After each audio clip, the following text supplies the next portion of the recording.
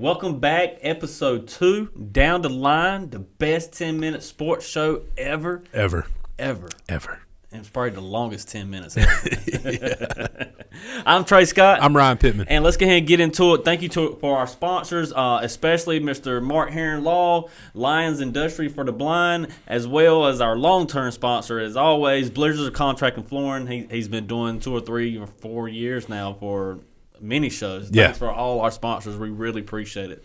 So before we get into everything, we had a big game last Friday, North Lenoir, Greene Central. North Lenoir took the first round. We're going to talk about what happened in the second round.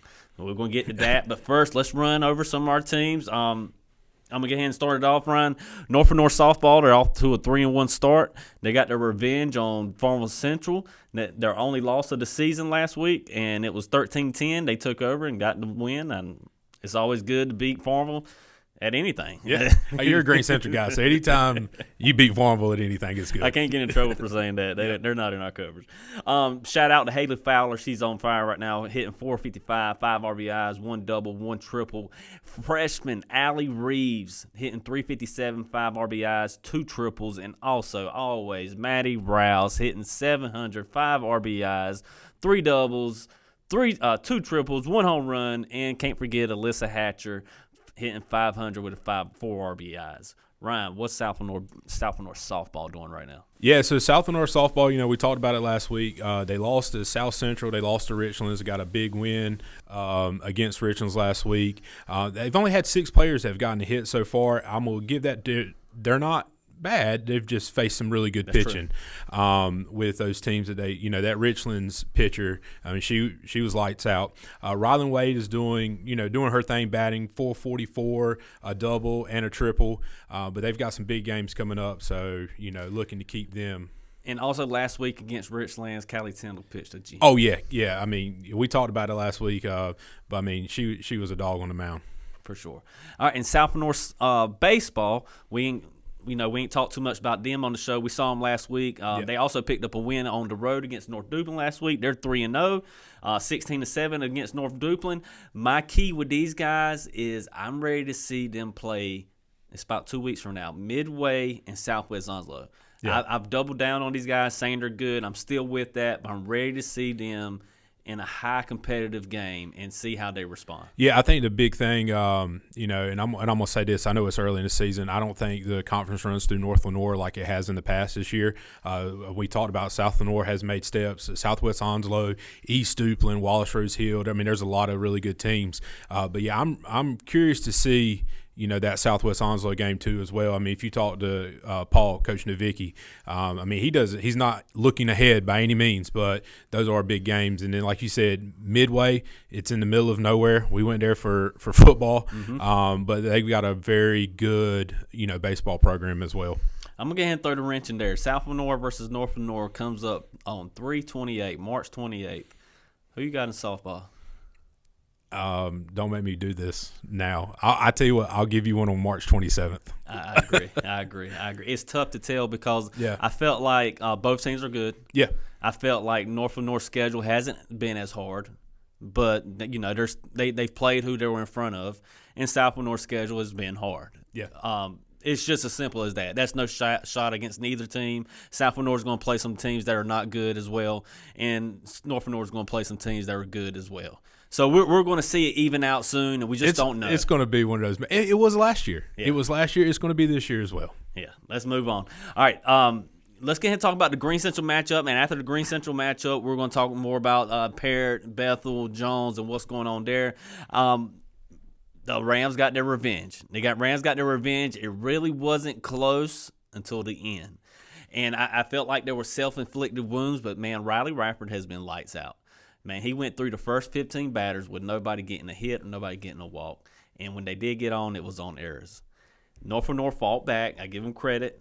And they tied the game up and had a chance to win. But the Rams held them off and got their revenge. Riley Rafford, in 2 games, has 23 strikeouts against the Hawks.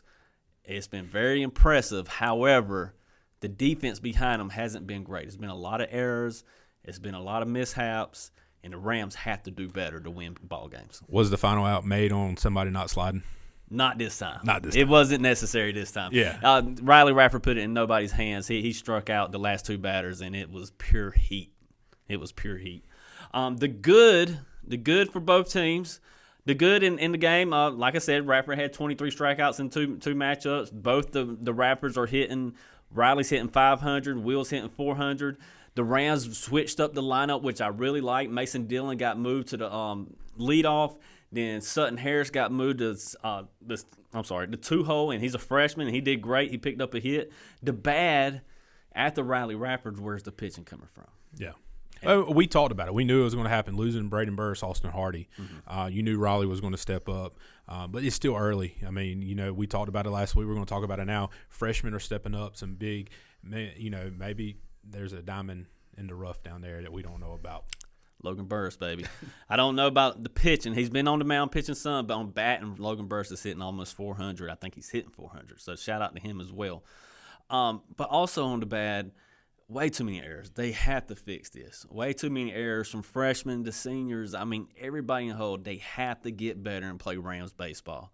Yeah, I'm excited to see him this week. I'm going to catch the matchup against North Pitt. I know they're playing North Pitt twice this week. Yep. It'll be the first time I get to see them, so I'm excited to see, what they've really got, and I expect big things out of them. On the Hawk side, the good, Garrett Bird is coming up with clutch hitting. He's pitching pretty good, and I think he can pitch even better, so that's a good sign. Riston Honeycutt and Carter Chadwick are doing their thing. Yep. Both are hitting over 300. Carter's hitting, I think, 444. Riston's hitting 333. They are doing their thing. The bad, this team has too many juniors and seniors to not get production out of the lineup. Now, can some of that go to Riley Rafford? Yeah, absolutely.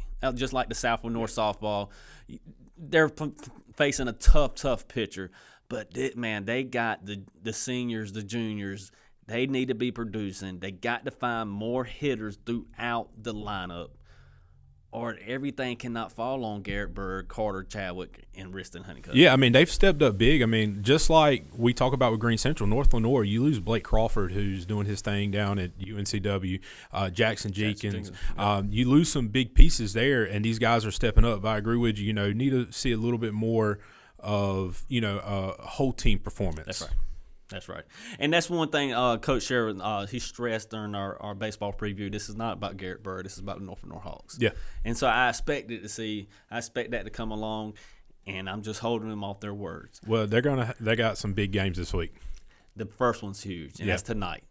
Tonight, they're on the road against East Carter Red, and East Carter Red is undefeated in the Trey Scott Sports poll. They're ranked 4th, I think, or 3rd. Shameless plug, do not put the logo up there. I do not want to get in trouble with that. I do not want to get in trouble. No competition. But they got to show up big this week. They got 3 games, but the biggest game is against East Carter Red. They got to come out, and they got to steal that win somehow. And if they don't, they're still okay, man. This is a good ball team, but they got to stack some wins, and they're going to be fine. All right, let's move on. What have you seen from the other side of the county and APA, Bethel? What's going on? So Friday night you were at Greene Central. I was at Parrott. It was a great day, a big pet rally. Cade Mixon signing. Congratulations, Cade, going to play baseball and football at North Carolina Wesleyan. But Parrott softball, I talked to Coach Beeman, Kristen Beeman, not the usual Coach Beeman we're usually talking about with Matt. But when I talked to her for the preview for softball, she had a really young team. They got a huge win. 7-2 over Liberty Christian. Shout out Claire Mixon. She was great on the mound. She went 2 for 3 hitting. Also, Callie Sanderson and Jay Bright both went 2 for 3 as well. So it was really exciting to see that win. The girls were ecstatic. There's not been a lot of winning the last couple of years for the lady softball team there, but that program is going in the right direction. On the baseball side, 16-0 against Liberty Christian. Extinguished the heat. That's what I said in my article. Dominant pitching, Jarrett Mooring and Thomas Beeman, Matt's son, who got called up from JV. They pitched five scoreless innings together, 11 strikeouts, only 1 hit. Jarrett Mooring also at the plate. He had 3 hits, 3 RBIs. Tanner Outlaw had 2 hits and 3 RBIs. The game against Pungo, because this was a big week for them, Monday night got canceled, but they're playing Wayne Christian tonight, and they play Wayne Christian again this week. So big early conference matchup against a really good Wayne Christian team. I like this APA team. From everybody I've talked to, they got a legit shot at a long run in the postseason. This is a team to watch and a team to keep up with, to see how they progress, to see if they're going to be contenders for the state championship. Now tell me about the other side of this county is at Bethel Christian. How did they do against Jones Senior this week? Yeah, so Bethel beat Jones Senior last week. They play again this Friday, which I'm gonna be there, so I'm gonna get a chance to see and get you a really good report back about Bethel and Jones on next week's show. But Bethel, they've only played 2 games, so they're 1-1. They did lose to Wayne Christian, who Parrott's gonna be playing this week. But I mean, they've got some guys down there as well. I think Bethel is going to be a sneaky team. Coach Kenny, he does a great job, and he's one of my favorite coaches. Nothing against any of the other coaches out there, but I like what Coach Kenny does, and I'm excited to see Bethel and Jones, 2 of our teams that we cover on Friday night. I agree. I'm ready to see some Bethel softball as well. I'm ready to see some Suzanne. What is it? What's her name? I got it pulled up. Yeah, you got it. Rouse right here. Yep. Suzanne Rouse. I'm Suzanne ready to Rouse. see her hit some dingers. Yeah. Simple as that. And talking about dingers, right into it. Our home run, Kings and Queen, brought to you by Lions Industries for the Blind. We keeping up with the tally. The only thing is, there ain't much change this week. We added somebody, Callie Tyndall. Tyndall, baby. Yep. That's my girl. Go Callie. But we got Peyton Plyer, I'm probably screwing that up, which is still leading the way with 2 home runs. Callie Tyndall with 1, Garrett Bird with 1, Christian Couples 1, Braden Cash with 1, Maddie Rouse with 1, and Lakin Whitley with 1. Keep it up. We want to see more. Hey, it's getting warmer out there too. So, when it's warmer, balls fly a little bit further. So, I'd like to see this list kind of blow up this next week. Yes, sir. I agree. That's all we got. Hey, thanks again to our sponsors, Mark Heron Law, Blizzard's Contract Flooring, as well as Lions Industries for the Blind. It's going to be a great week of baseball. Hopefully the rain stays away, and we'll give you a great episode next week. I'm Trey Scott. I'm Ryan Pittman. See you soon.